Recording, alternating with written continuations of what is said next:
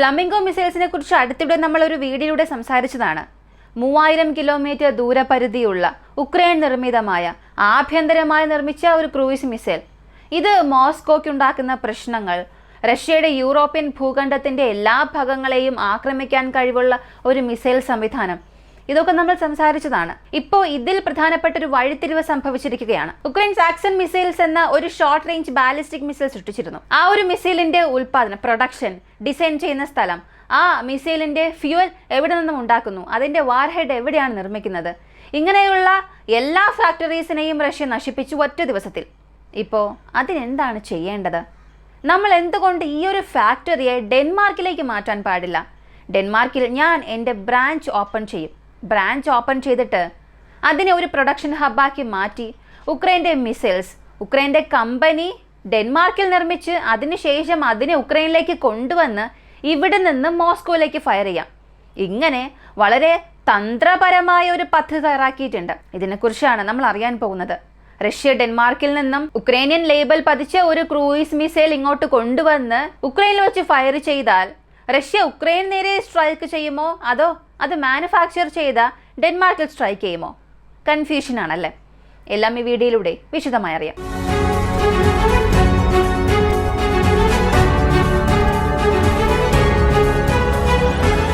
Flamingo missile, ഈ ഒരു മിസൈലിനെ കുറിച്ച് നമ്മൾ ഒരു വീഡിയോയിലൂടെ വ്യക്തമായി അറിഞ്ഞതാണ്.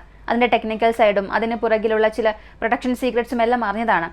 ഈ ഫ്ലമിംഗോ മിസൈൽസ് നിർമ്മിക്കുന്നതിൻ്റെ ഒരു പ്രധാനപ്പെട്ട പങ്ക് വഹിച്ചത് ദ ഫയർ പോയിന്റ് എന്ന കമ്പനിയാണ്. ഈ ഫയർ പോയിന്റ് എന്ന കമ്പനിക്ക് ദുബായിലുള്ള ചില കമ്പനികളുമായും UK-യിലുള്ള ചില കമ്പനികളുമായും നേരിട്ട് എഗ്രിമെന്റ് ഉണ്ടായിട്ടുണ്ട്. ഇതും നമ്മൾ ആ വീഡിയോയിൽ പറഞ്ഞതാണ്. ഈ എഗ്രിമെന്റ് ഒന്നും ഇല്ലായിരുന്നെങ്കിൽ ഇവരെ കൊണ്ട് ഇത്രത്തോളം പെട്ടെന്ന് ഒരു മിസൈൽ നിർമ്മിക്കാനുള്ള സാധ്യതയില്ല എന്നും പറഞ്ഞിരുന്നു. ഒരു ക്രൂയിസ് മിസൈൽ നിർമ്മിക്കണമെന്നുണ്ടെങ്കിൽ എല്ലാവരെ കൊണ്ടും അതിന്റെ ഔട്ടർ ബോഡി നിർമ്മിക്കാൻ കഴിയും. അതായത് പ്രോട്ടോടൈപ്പ് നിർമ്മിക്കുന്നതിന് മുൻപ് ആ ഡിസൈനിങ് വളരെ എളുപ്പത്തിൽ ചെയ്യാൻ സാധിക്കും. അതിനെക്കുറിച്ചുള്ള ബേസിക് ഡീറ്റെയിൽസ്, ഈ എയറോഡൈനാമിക്സ്, മിസൈൽ ഫംഗ്ഷൻ ആകുന്ന രീതി, ഇങ്ങനെയുള്ള ഒരു മിസൈൽ എഞ്ചിനീയേഴ്സിന്റെ അറിവ് നിങ്ങൾക്കുണ്ടെങ്കിൽ മാത്രം മതി ഒരു മിസൈലിനെ രൂപകൽപ്പന ചെയ്യാൻ സാധിക്കും. പക്ഷേ അത് പ്രവർത്തനക്ഷമമാക്കുക എന്നുള്ളതാണ് ബുദ്ധിമുട്ട്. അതിനെ സ്കെച്ചിൽ നിന്നും ഉൽപ്പന്നമാക്കി മാറ്റുക എന്നുള്ളതാണ് വളരെ ബുദ്ധിമുട്ടുള്ള കാര്യം. ഇപ്പോൾ ഉക്രൈൻ ചെയ്തത് ആ മിസൈലിന്റെ സ്കെച്ച് പൂർത്തിയാക്കി, ഈ പ്രോട്ടോടൈപ്പ് ഒക്കെ തയ്യാറാക്കി. എന്നാൽ ഇപ്പോഴും പ്രശ്നം വരുന്നത്, ഈ മിസൈൽ പ്രോപ്പറായി പ്രവർത്തിക്കണമെന്നുണ്ടെങ്കിൽ ആദ്യം അതിന്റെ എഞ്ചിൻ പവർ നല്ലതായിരിക്കണം. രണ്ടാമതായി നിങ്ങളൊരു GPS ഇൻപുട്ടായി നൽകുകയാണ്. GPS പ്രാക്ടിക്കലായി ശരിയായി പ്രവർത്തിക്കണം. മാത്രവുമല്ല മിസൈലിന്റെ നാവിഗേഷൻ സിസ്റ്റംസ് ശത്രുവിന്റെ ഇലക്ട്രോണിക് ജാമിങ്ങിനെ പ്രതിരോധിക്കണം. അതിന്റെ അഭാവം മൂലമുണ്ടാകുന്ന വായുചലന പ്രശ്നങ്ങൾ പരിശോധിച്ചാൽ മിസൈൽ ശരിയായി തന്നെ പ്രവർത്തിക്കണം. എന്നാൽ ഈ ഫ്ലമിംഗോ മിസൈൽ ധാരാളം പ്രശ്നങ്ങളുണ്ട്. അവർ അതിൽ GPS ഉപയോഗിച്ചിട്ടുണ്ട്. എന്നാൽ വെസ്റ്റേൺ പാർട്ട്നേഴ്സിന്റെ സ്റ്റോം ഷാഡോ, സ്കാൽപ് ഇവയുമായി കമ്പയർ ചെയ്യുമ്പോൾ ഇതിന്റെ GPS എന്നത് അത്രത്തോളം ജാമിംഗ് പ്രതിരോധ ശേഷിയുള്ളതല്ല. ഇങ്ങനെയുള്ള ചില വാർത്തകളും വരുന്നുണ്ട്.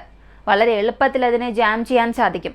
ഇതിന്റെ പരിധി 3000 കിലോമീറ്റർ ആണെങ്കിലും ഇതിന്റെ പ്രൊഡക്ഷൻ ഇതുവരെയും ഒരു മാസ് പ്രൊഡക്ഷനിലേക്ക് വൻതോതിൽ ഉൽപ്പാദിപ്പിച്ചിട്ടില്ല.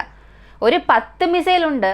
10 മിസൈലും ഒരേ സമയം മോസ്കോയിലേക്ക് അയച്ചാൽ പോലും റഷ്യയ്ക്ക് അത് വളരെ എളുപ്പത്തിൽ ജാം ചെയ്യാൻ കഴിയുമെന്നുള്ള രീതിയിൽ വാർത്തകൾ വരുന്നുണ്ട്.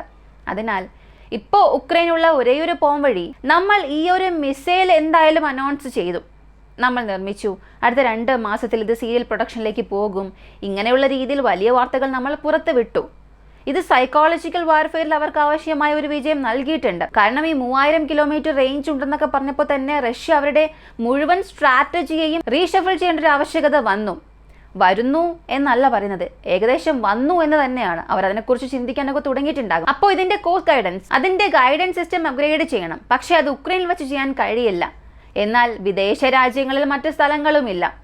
അപ്പോൾ ഡെൻമാർക്കുമായി ഒരു പ്രധാനപ്പെട്ട എഗ്രിമെന്റ് ഉക്രൈൻ ഗവൺമെന്റ് തയ്യാറാക്കുന്നു. ഇവർക്ക് ആവശ്യമായ ചില ക്രിട്ടിക്കൽ കോമ്പണൻസ്, ചില ക്രിട്ടിക്കൽ മിലിറ്ററി ടെക്നോളജീസ് എല്ലാം ഷെയർ ചെയ്യുന്നതിന് വേണ്ടിയും ഉക്രൈൻ്റെ ഗവൺമെന്റും ഡെൻമാർക്കിന്റെ സർക്കാരും ചേർന്ന് ഒരു പ്രധാനപ്പെട്ട എഗ്രിമെന്റ് ഡീൽ മേക്ക് ചെയ്യുന്നു. ഇതിന്റെ പ്രധാനപ്പെട്ട ഒരു വശം ഡെൻമാർക്കിലുള്ള സ്കൈറ്റ്സപ്പ് എയർബേസ്, ആ ഒരു മിലിറ്ററി കോംപ്ലക്സിനുള്ളിൽ ഈ ഒരു ഫയർ പോയിന്റ് കമ്പനി ഒരു പ്രൊഡക്ഷൻ ഫെസിലിറ്റി മേക്ക് ചെയ്യും. ഇവിടെ ഈ മിസൈലിന്റെ ഗൈഡൻസ് സിസ്റ്റവും അതിനാവശ്യമായ നാവിഗേഷൻ, ഇലക്ട്രോണിക് ജാമിങ്ങിനെതിരെയുള്ള ഇമ്മ്യൂൺ എല്ലാം ഇതിൽ അപ്ഗ്രേഡ് ചെയ്യാൻ ആവശ്യമായ ചില കോമ്പണൻസ് ഈ മിസൈലിൽ ഫിക്സ് ചെയ്യണം. ഇതിനാവശ്യമായ കംപ്ലീറ്റ് സർക്യൂട്ട് സെറ്റ് ചെയ്യുക. ഇതെല്ലാം ഈ എയർബേസിലുള്ള ഫെസിലിറ്റിയിൽ വെച്ച് ചെയ്യാനുള്ള എഗ്രിമെന്റ് മേക്ക് ചെയ്തിട്ടുണ്ട്. ഇപ്പൊ പ്രശ്നം ആരംഭിക്കുന്നത് റഷ്യയുടെ ഒരു പ്രധാനപ്പെട്ട സ്ട്രാറ്റജി തന്നെ ഉക്രൈനിൽ ആരെങ്കിലും മിസൈൽ നൽകുകയാണ്, അല്ലെങ്കിൽ ഉക്രൈൻ നിങ്ങളുടെ മിസൈൽസ് ഫയർ ചെയ്യുകയാണെങ്കിൽ ആ മിസൈൽസ് എവിടെ നിന്നാണോ ഫയർ ചെയ്യുന്നത്, അതായത് ഉക്രൈനിൽ നിന്നും ഫയർ ചെയ്താൽ ഉക്രൈൻ്റെ എല്ലാ പ്രദേശങ്ങളെയും ഞങ്ങൾ നശിപ്പിക്കും.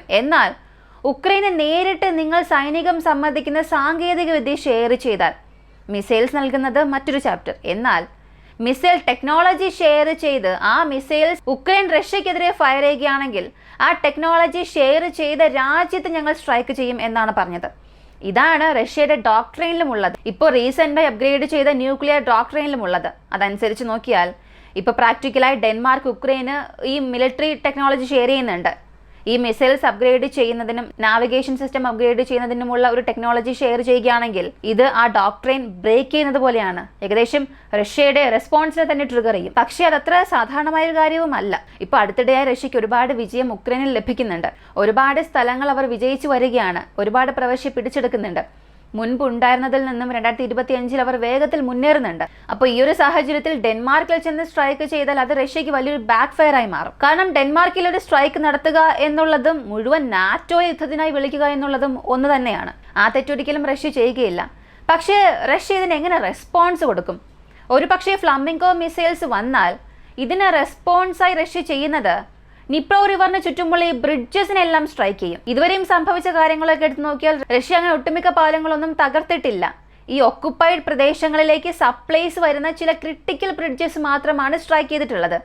മുഴുവനായും ഉക്രൈൻ്റെ നിപ്രോ പ്രദേശങ്ങളെ ചുറ്റി ചെറുതും വലുതുമായി 480-ലധികം പ്രൈമറി ബ്രിഡ്ജസ് ഉണ്ട്. ഇതിൽ റഷ്യ നശിപ്പിച്ച കണക്ക് നോക്കിയാൽ വെറും 69 പാലങ്ങൾ മാത്രമേ നശിപ്പിച്ചിട്ടുള്ളൂ. അതും അവയിൽ ഭൂരിഭാഗവും കിഴക്കൻ മുന്നണിയിലാണ്. ഒരു പക്ഷെ നശിപ്പിക്കണം എന്നവർ ചിന്തിച്ചിരുന്നെങ്കിൽ, അല്ലെങ്കിൽ മുൻകൂട്ടി തന്നെ അവർ ആ പാലങ്ങളെ നശിപ്പിച്ചിരുന്നെങ്കിൽ ഉക്രൈൻ ആവശ്യമായ ക്രിട്ടിക്കൽ ലൈൻസ് ഒരിക്കലും കണക്റ്റ് ആകുമായിരുന്നില്ല.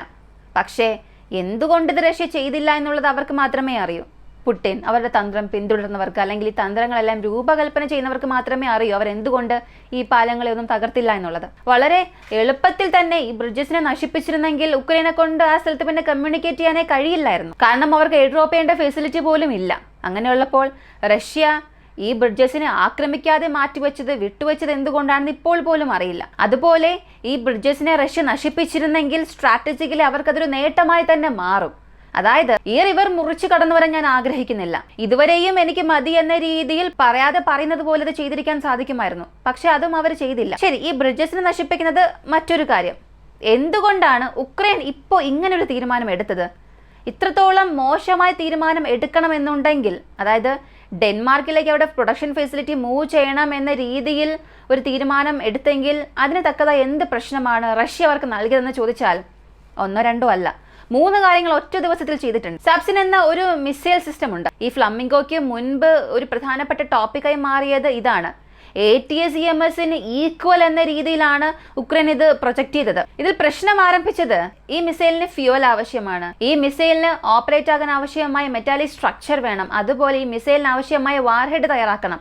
ഇതെല്ലാം ഉക്രൈനെ കൊണ്ട് ഒറ്റ സ്ഥലത്ത് ചെയ്യാൻ കഴിയില്ല. കാരണം ഒരു രാജ്യത്ത് യുദ്ധം സംഭവിക്കുകയാണെങ്കിൽ ഒരു വലിയ ഫാക്ടറി ഈസി ടാർഗറ്റായി മാറും. അതുകൊണ്ട് ചെറിയ ചെറിയ പ്രൊഡക്ഷൻ യൂണിറ്റ് ആക്കി മാറ്റി അവയെല്ലാം ഈ ഓരോ സ്ഥലത്തു നിന്നും ചെറിയ ചെറിയ പാർട്സ് വാങ്ങി മാത്രമേ ഇവർക്ക് ഫൈനൽ ഔട്ട്പുട്ടിലേക്ക് കൊണ്ടുവരാൻ കഴിയൂ. അങ്ങനെ നോക്കിയാൽ ഉക്രൈന്റെ സാപ്സൺ മിസൈൽ തയ്യാറാക്കുന്നതിന് ഉക്രൈന്റെ പൽവോഹെഡ് കെമിക്കൽ പ്ലാന്റ്, അതുപോലെ തന്നെ പൽവോഹെഡ് മെക്കാനിക്കൽ പ്ലാന്റ്, സെവേഡാസ്ട്രീ പ്ലാന്റ്, ഇത് 3ഉം ഉക്രൈന് ഈ മിസൈൽ മാനുഫാക്ചറിങ് ചെയ്യുന്നതിൽ പ്രധാനപ്പെട്ട ഒന്നായിരുന്നു. റഷ്യ ഇവിടെ ചെയ്തത്, നിങ്ങൾ മിസൈൽ തയ്യാറാക്കുകയാണോ? ശരി, സാരമില്ല. നിങ്ങൾ മിസൈൽ തയ്യാറാക്കണമെന്നുണ്ടെങ്കിൽ ആദ്യം അതിൻ്റെ റോ മെറ്റീരിയൽ ലഭിക്കണം. ആ റോ മെറ്റീരിയൽ ലഭിക്കണമെന്നുണ്ടെങ്കിൽ നിങ്ങൾക്ക് ഈ 3 ഫാക്ടറിയും വേണം. അതുകൊണ്ട് ആദ്യം അവയെല്ലാം സ്ട്രൈക്ക് ചെയ്യാം. അങ്ങനെ 18 മിസൈൽസിലധികം അയച്ച് ഒറ്റ ദിവസത്തിൽ 3 ഫെസിലിറ്റിയും നശിപ്പിച്ചു. റിപ്പയറബിൾ ലോസ് ഇപ്പോഴും ഓഫ്ലൈനിലാണ്. മാസങ്ങൾക്ക് മുൻപ് നടന്ന ഈ സംഭവത്തിൽ നിന്നും ഇപ്പോഴും ആ ഫെസിലിറ്റീസിനെ കൊണ്ട് കയറാൻ സാധിച്ചില്ല. അതിനുശേഷം ഈ സാപ്സൺ മിസൈൽ എന്തായി, അല്ലെങ്കിൽ രഹസ്യമായി തയ്യാറാക്കുന്നുണ്ടോ, ഇതിനെക്കുറിച്ചുള്ള യാതൊരു വാർത്തയും പുറത്തു വന്നിട്ടില്ല. ഈ ഫാക്ടറി നശിപ്പിച്ചതിന് ശേഷം ഈ സാപ്സൺ മിസൈൽ ഒരുപക്ഷെ അവർ ഉപേക്ഷിച്ചോ എന്നുള്ള വാർത്തകൾ പോലും പുറത്തു വരുന്നുണ്ട്. അപ്പോൾ ഉക്രൈൻ ഒരു കാര്യം വ്യക്തമായി മനസ്സിലായി, നമ്മളൊരു മിസൈൽ മാനുഫാക്ചർ ചെയ്യാൻ പോവുകയാണ്, അതിൻ്റെ അപ്ഡേറ്റ്സ് പുറത്തു വിട്ടാൽ പോലും റഷ്യ അവരുടെ ചാരസംഘടന വഴി ഇൻപുട്ട് വാങ്ങി ആ ഫെസിലിറ്റീസിൽ സ്ട്രൈക്ക് ചെയ്യും. അപ്പോൾ ഈ രാജ്യം വിട്ട് പുറത്തു പോയാൽ മാത്രമേ സേഫ് ആകൂ എന്നുള്ളത് ഉക്രൈന് മനസ്സിലായി. അതിനനുസരിച്ച് കരുനീക്കം നടത്താൻ തുടങ്ങിയിട്ടുണ്ട്. കാരണം ഈ 3 പ്ലാന്റും റഷ്യ സ്ട്രൈക്ക് ചെയ്തു എന്ന് പറഞ്ഞല്ലോ. ഇത് 3നെ കുറിച്ചും പുറത്തുനിന്ന് വരുന്ന വാർത്തകളൊക്കെ നോക്കിയാൽ യുദ്ധത്തിന് മുൻപ് പ്രവർത്തിച്ചുകൊണ്ടിരുന്ന ആയുധശാലകൾ, കെമിക്കൽ ശാലകൾ എല്ലാം യുദ്ധകാല കാരണം മൂടപ്പെട്ടിരിക്കുന്നു എന്നാണ് വാർത്തകളിൽ പറഞ്ഞത്. എന്നാൽ അതുപോലും റഷ്യ കണ്ടുപിടിച്ച് സ്ട്രൈക്ക് ചെയ്തിട്ടുണ്ട്. അപ്പോൾ ഇനി ഇവിടെ നമ്മുടെ ഫെസിലിറ്റി തുടങ്ങിയാൽ അത് പ്രശ്നമാണ്. എന്നായാലും അത് നമുക്ക് റിസ്ക് ആണെന്ന് കരുതി ഉക്രൈൻ ഒരു പ്രധാനപ്പെട്ട തീരുമാനം എടുത്തിട്ടുണ്ട്. എന്നാൽ ഇതെത്രത്തോളം ക്യാപ്പബിൾ ആണെന്ന് അറിയില്ല. കാരണം ഡെൻമാർക്കിൽ നിന്നും ഒരു മിസൈൽ അകത്തേക്ക് വരികയാണെങ്കിൽ അത് ഉക്രൈൻ തീർച്ചയായും ഫയർ ചെയ്യും. ഡയറക്റ്റ് റഷ്യയെ കൊണ്ട് ഡെൻമാർക്കിൽ സ്ട്രൈക്ക് ചെയ്യാൻ കഴിയില്ല. അങ്ങനെയുള്ളപ്പോൾ ഈ അസിമെട്രിക് വാർഫെയർ നേരിട്ട് ത്രെഡിനെ ന്യൂട്രലൈസ് ചെയ്യുന്നതിന് പകരം ആ ത്രെഡ് വഴി അവർക്ക് ലഭിക്കുന്ന ഈൽഡ് കട്ട്, അതായത് ഒരു മിസൈൽ അകത്തേക്ക് വന്നാൽ ആ മിസൈൽ ഫയർ ചെയ്യാൻ ആവശ്യമായ പ്ലാറ്റ്ഫോംസിനെ സ്ട്രൈക്ക് ചെയ്യുക, അല്ലെങ്കിൽ അതിനാവശ്യമായ റോ മെറ്റീരിയൽസിനെ സ്ട്രൈക്ക് ചെയ്യുക. ഇങ്ങനെയുള്ള കാര്യങ്ങൾ റഷ്യ കോൺസെൻട്രേറ്റ് ചെയ്ത് ആ ഒരു ത്രെഡിനെ ന്യൂട്രലൈസ് ചെയ്യാൻ സാധിക്കും. ഈ ഒരു വീഡിയോയെക്കുറിച്ചുള്ള നിങ്ങളുടെ അഭിപ്രായം എന്താണ്? ഉക്രൈൻ യുദ്ധം ആരംഭിച്ചതിന് ശേഷം ഇതുപോലുള്ള കാര്യങ്ങൾ ഉക്രൈൻ ചെയ്തിട്ടുണ്ട്. എന്നാൽ നേരിട്ട് ഒരു മിസൈൽ ടെക്നോളജി മറ്റു രാജ്യത്തു നിന്നും വാങ്ങുക എന്ന് തീരുമാനിച്ചത് ഇത് ആദ്യത്തെ തവണയാണ്. ഇതിനെക്കുറിച്ച് നിങ്ങൾ എന്ത് കരുതുന്നു? റഷ്യ ഇതിന് എങ്ങനെ ഒരു റെസ്പോൺസ് നൽകും? നിങ്ങളുടെ അഭിപ്രായങ്ങൾ കമൻറ്റിൽ പറയുക. കൂടുതൽ അപ്ഡേറ്റ്സിനായി വോയിസ് ഓഫ് വിക്കി നമ്മുടെ ചാനൽ സബ്സ്ക്രൈബ് ചെയ്യുക. മറ്റൊരു വീഡിയോയുമായി വീണ്ടും കാണാം.